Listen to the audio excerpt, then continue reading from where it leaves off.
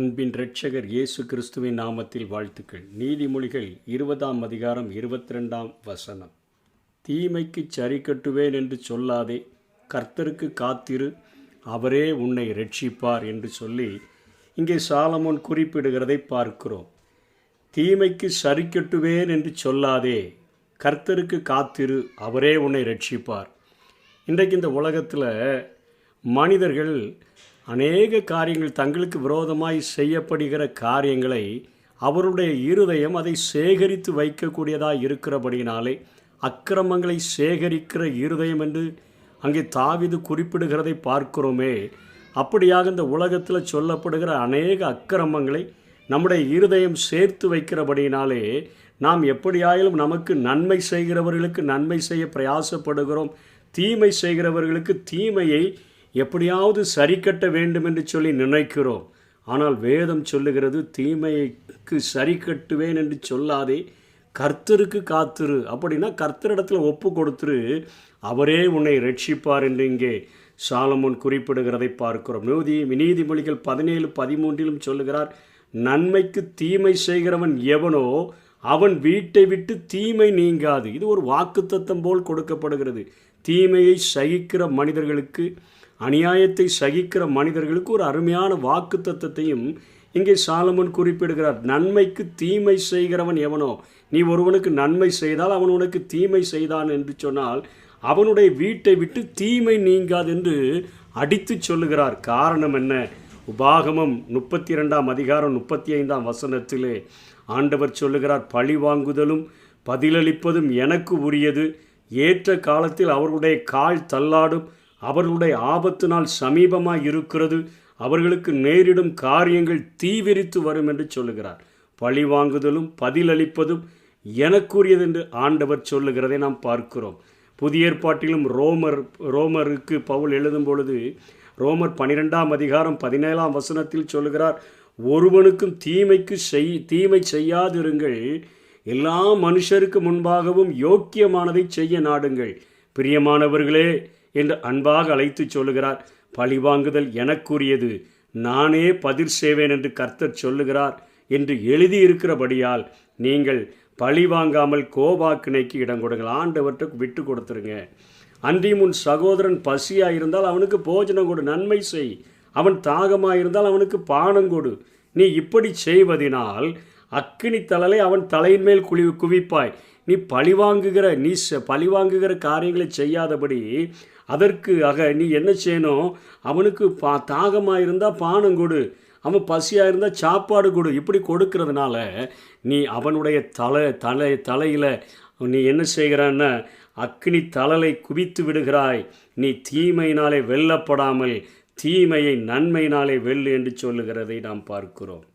எபிரேயர் 10ஆம் அதிகாரம் 30-31 எபிரேய ஆக்கியோன் சொல்லுகிறார், பழிவாங்குதல் எனக்குரியது, நானே பதில் செய்வேன் என்று கர்த்தர் சொல்லுகிறார் என்றும், கர்த்தர் தம்முடைய ஜனங்களை நியாயம் தீர்ப்பார் என்றும் சொன்னவர் இன்னார் என்று அறிவோம்.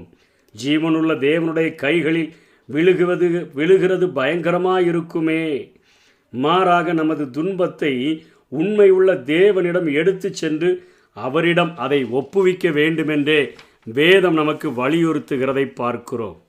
நமக்கு அருமையான ஒரு ரோல் மாடலை ஆண்டவர் இந்த உலகத்தில் நமக்கு வைத்திருக்கிறார். இயேசு கிறிஸ்துவினுடைய வாழ்க்கை 1 பேதுரு 2ஆம் அதிகாரம் 23ஆம் வசனத்தில் அதை அப்படியே பேதுரு எடுத்து கையாளுகிறதை நாம் பார்க்கிறோம்.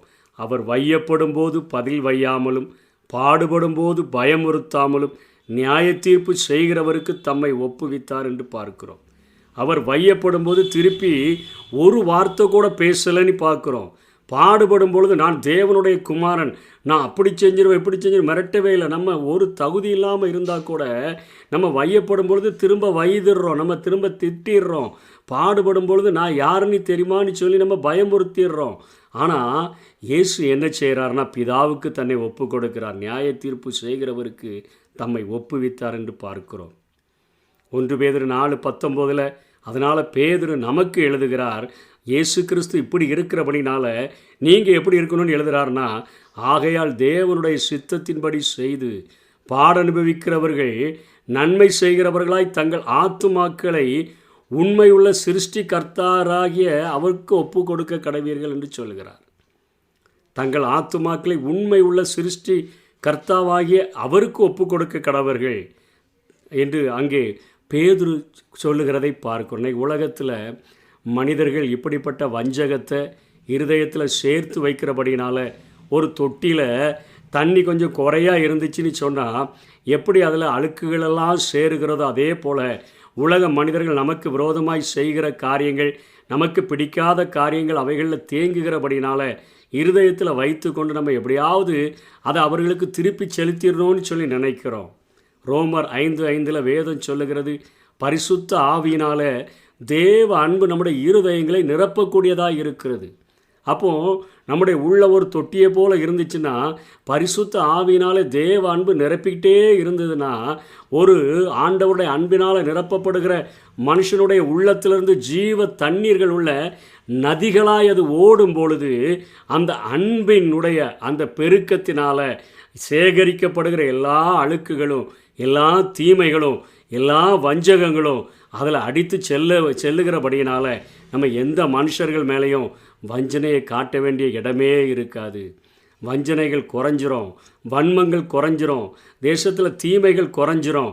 இதற்கு வேதம் அழகாக நமக்கு சொல்லிக் கொடுக்குது. அநேக ஸ்பாவங்களில் நம்ம மாற்றப்படணும்னு சொல்லி கொடுக்குது. பரிசுத்த அலங்காரத்தை நமக்கு சொல்லிக் கொடுக்குது. பரிசுத்த அலங்காரத்துடனே கர்த்தரை தொழுது கொள்ளுங்கள் என்று சொல்லுகிறதே, அந்த காரியத்தை அருமையாக நமக்கு கற்றுக் கொடுக்கிறது. வெறும் நான் துணிகரமான பாவத்திலிருந்து விடுதலை பெற்றுவிட்டேன், ரட்சிக்கப்பட்டு விட்டேன் என்பது மாத்திரமல்ல, நம்முடைய ஒவ்வொரு சுபாவங்களில் இருந்தும் தீமை செய்கிறதை விட்டு விடுகிறதற்கும் நன்மை செய்கிறதை படிக்கிறதற்கும் வேதம் நமக்கு ஒவ்வொரு நாளும் அருமையான சத்தியங்களை அது போதிக்கக்கூடியதாக இருக்கிறது.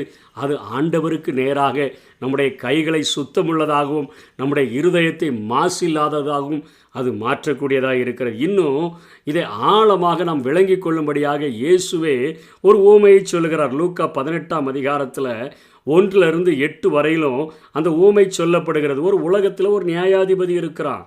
அந்த நியாயாதிபதி தேவனுக்கு பயப்படாதவன், மனுஷனையும் மதியாத ஒருவனாக இருக்கிறான். அவனிடத்தில் ஒரு விதவை தாய் தனக்கும் தன்னுடைய பகைஞருக்கும் இருக்கக்கூடிய வழக்கை சொல்லி, நீங்கள் எப்படியாவது எனக்கு நியாயம் தீர்த்துருங்கன்னு சொல்லி அந்த உலக நியாயாதிபதிக்கிட்ட தேவனுக்கும் பயப்படாதவன், அதே போல் மனுஷனையும் மதியாதவன், ஆனால் இந்த விதவை போய் டெய்லி நிற்கிறா.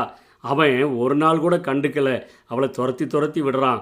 அதுக்கப்புறம் ஒரு நாள் நினைக்கிறான், நான் இப்படிப்பட்டவனாக இருந்தும் கூட தேவனுக்கு பயப்படாதவனாகவும் மனுஷனை மதியாதவனாகவும் நான் இருந்தும் கூட ஒவ்வொரு நாளும் என்னை அலட்டி கொண்டே இருக்கிறபடினால நான் இவளுக்கு நியாயம் செய்யணும் அப்படின்னு அவன் நியாயம் செய்கிறான்னு ஆண்டவர் சொல்லிட்டு தான் கீழே சொல்கிறாரு.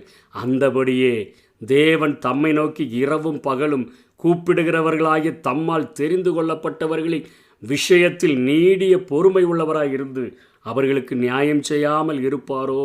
சீக்கிரத்திலே அவர்களுக்கு நியாயம் செய்வார் என்று உங்களுக்கு சொல்லுகிறேன். எவ்வளவு அருமையான ஒரு ஆழமான வாக்கு தத்தத்தை கொடுக்கிறார். இரவும் பகலும் தம்மை நோக்கி கூப்பிடுகிறவர்களாகிய தம்மால் தெரிந்து கொள்ளப்பட்டவர்களின் விஷயத்தில் நீடிய பொறுமை உள்ளவராயிருந்து அவர்களுக்கு நியாயம் செய்யாமல் இருப்பாரோ?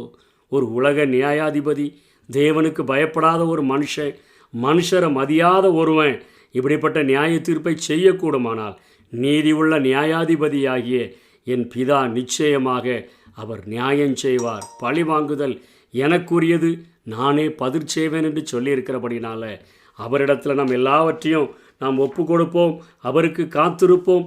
அவரே நம்மை ரட்சிப்பார். கர்த்தர் தாமே நம்மை ஆசீர்வதிப்பாராக.